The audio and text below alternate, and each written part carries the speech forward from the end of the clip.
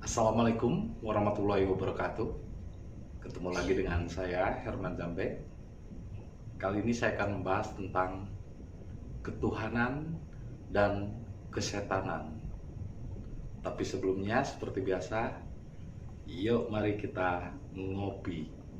Ngobrol perihal iman, ngobrol perihal Islam.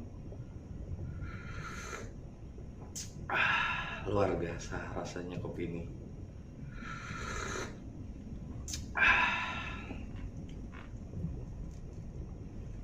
Hidup akan terasa lebih indah jika kita menikmati dengan rasa. Nah, ini saya akan mengulang kembali video tentang ketuhanan dan kesetanan. Itu adalah perbedaannya membumi dan melangit.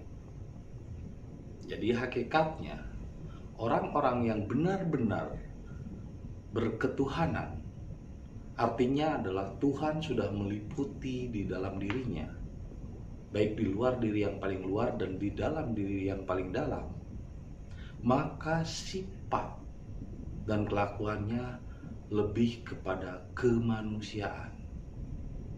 Dia lebih membumi, dia lebih low profile, biasa saja. Bahkan dia tidak pernah membicarakan tentang Tuhan, tidak pernah membicarakan tentang Allah, menggembor-gemborin Allah, Tuhan dan lain sebagainya. Setiap bertemu dengan orang selalu membicarakan Tuhan. Tidak, justru orang-orang yang berketuhanan, dia akan bekerja layaknya manusia biasa. Karena memang ketika dia bertuhan, tugas untuk menjadi manusia, bukan untuk menjadi Tuhan. Jadi tugasnya kita diciptakan itu untuk jadi manusia, bukan untuk jadi Tuhan. Jadi tidak perlu menghakimi orang lain, tidak perlu mengharamkan ini, mengharamkan itu. Itu tugas Tuhan, bukan tugas manusia. Sehingga manusia yang berketuhanan adalah manusia yang membumi, yang lebih banyak bekerja, bergerak, melakukan yang terbaik yang berguna bagi dirinya, keluarganya, dan orang lain, dan juga bangsanya. Khairun nas anfa'uhum linnas. Sebaik-baiknya manusia adalah yang berguna bagi dirinya dan orang lain. Ini adalah ketuhanan. Berbeda dengan orang yang kesetanan. Orang yang kesetanan itu lebih banyak membicarakan Tuhan, lebih banyak membicarakan Allah. Kata Allah, demi Allah, bersumpah demi Allah, dan lain sebagainya.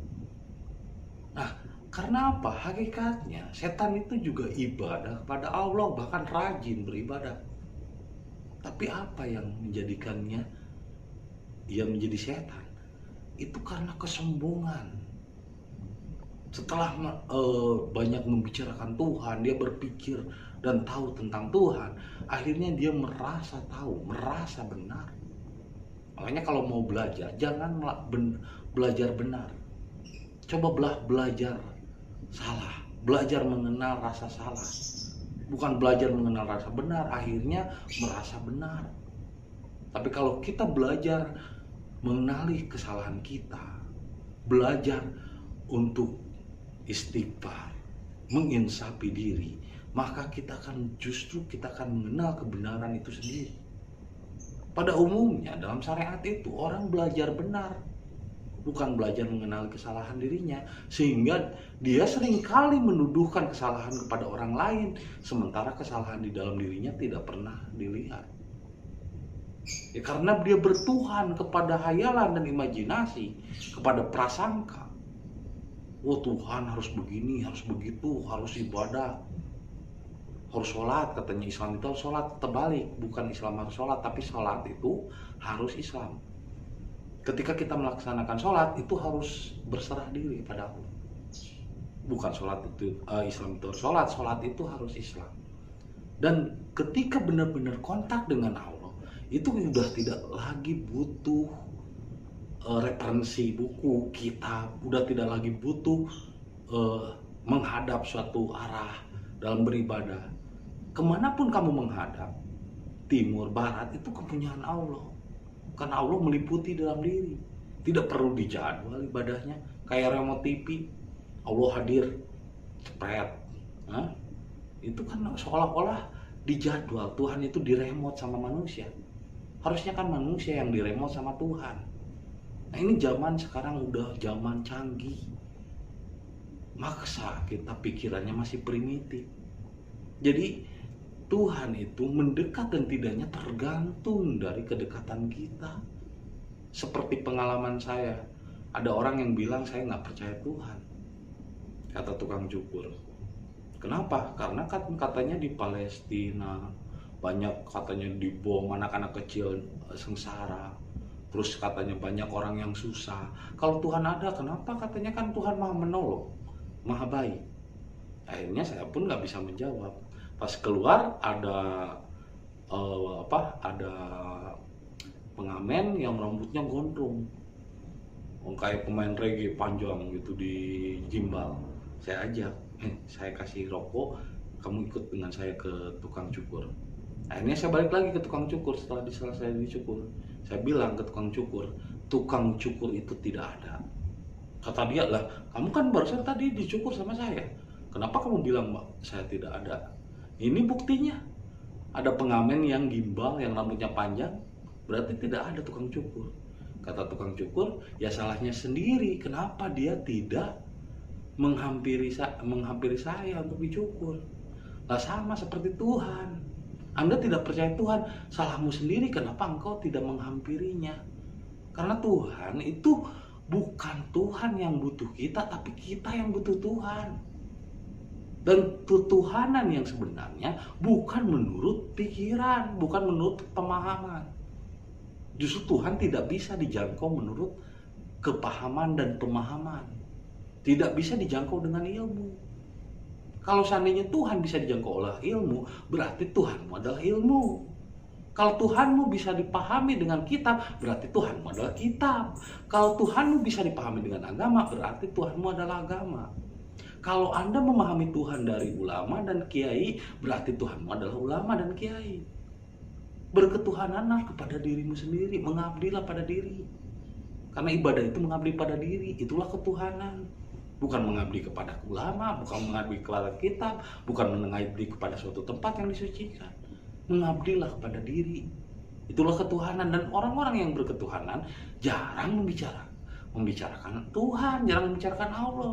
Lebih banyak menyampaikan ide-ide yang berguna bagi dirinya dan orang lain, yang memberi inspirasi. Justru orang-orang yang terlalu banyak membicarakan Tuhan adalah manusia-manusia yang kesetanan. Apakah setan tidak menyuruh berbuat baik? Ya setan juga bersumpahnya demi Allah.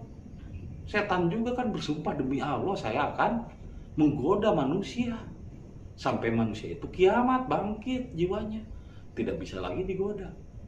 Sebelum manusia bangkit jiwanya, dia akan terus menggoda. Tapi ketika dia kiamat, bangkit jiwanya, bangkit kesadarannya, maka pikiran tidak lagi mampu menggoda manusia. Atau pikiran itu setan. Setan tidak mampu lagi menggoda karena akhirnya jiwa yang menjadi pemimpin dan setan atau pikiran atau nafsu yang hanya menjadi makmumnya, hanya menjadi kendaraan. Sementara bagi orang-orang yang lebih kental dengan syariatnya, pikiran itu menjadi dominasi, menjadi Tuhan. Jadi dia menganggap, oh yang benar tuh begini, itu namanya kesetanan. Jadi jadilah orang-orang yang berketuhanan, sifatnya adalah kemanusiaan. Nah, sifat-sifat manusia yang kesetanan melangit, terlalu banyak membicarakan Tuhan. Justru orang yang terlalu banyak membicarakan Tuhan adalah orang yang tidak kenal dengan Tuhan itu sendiri. Karena cara untuk mengenali Tuhan bukan dari syariat dulu, tapi dari ma'rifat dulu. Awaludin ma'rifatullah. Awal mengenal din adalah dari ma'rifat dulu. Man arofa nafsahu faqad arofa rabbahu. Barang siapa yang mengenali dirinya, maka dia akan mengenali Tuhannya. Jadi kenali dulu dirimu. Itu awal menuju ketuhanan. Jangan terlalu banyak berbicara Tuhan. Ya, tinggal Anda sendiri yang memilih berketuhanan atau kesetanan. Jadi banyak orang-orang sekarang ini Yang terlalu banyak membicarakan Tuhan justru adalah manusia-manusia yang kesetanan, apalagi membicarakan dalil. Ya, terima kasih atas kesediaan menonton video saya dan saksikan terus video-video berikutnya. Kopi ketika otak perlu inspirasi.